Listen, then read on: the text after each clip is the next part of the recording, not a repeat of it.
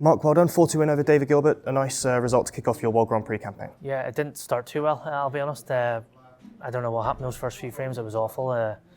Really struggled. I felt good. The balls weren't going where I wanted them to go. But I dug in at 2-1 and made a good break. It wasn't much, but I made a break from behind to win that frame. And then played some good stuff in the last two, even though the last turned out to be a closer frame. I didn't feel like I'd done much wrong. Dave got a nice fluke to get back in the frame. Even in the last raid, I had him snickered sort of 3-4 times. He hit and hope and got away with every one and put me in trouble a few times. And I felt like I stayed really patient when I could have got frustrated. Stayed really patient, played the right shots, and the chance came in the end. It wasn't an easy one, but put out a good long raid to get in and clear it up. Yeah, it was quite a scrappy affair, wasn't it, until 2-2, and it felt like when you banged in that century in the fifth frame, that's the moment you finally settled. Yeah, I probably freed up a little bit, and it's a common theme so far this season. Even though I've been doing all right, I've been starting slowly in matches, so something I really need to work on.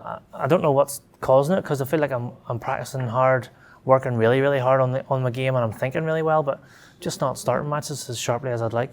But of course, you'll be happy not to have been dragged into a decider, because a player of Dave's quality can make that moment very difficult. Absolutely, you could be 6-7 minutes later, you could be going home, so very happy to get through, because Dave's a class act. With the season you've had and the nature of how these tournaments are, you're the top seed in this week, going into this week. Does that add any extra pressure to your game at all? No, I've got asked that a lot so far this week, and really no. No one puts any more pressure on me than I do, and that'll never change, whether I'm number one seed or not.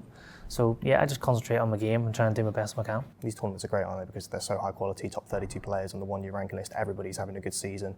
Does that add any extra value to the tournament for you? I think so. There's no coincidence that the Tour Championship is one of my favourite events. You know, if you can get in that every year, you know you've already had a good season, but you want to then compete well against the top players over a long distance. So, and that's obviously a good warm up for Sheffield as well. So look, these three events are brilliant events now. It's amazing what they've done. World Snooker and ITV come together.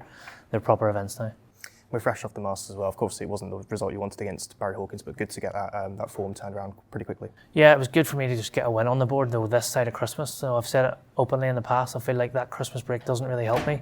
I like a run of tournaments and staying sharp, so that little break over Christmas always sets me back a little bit. So to get a win and into the meat of a big tournament, I'm looking forward now to the next round. Got a pretty busy schedule coming up. Congratulations, Mark. Good luck in the next round. Thank you.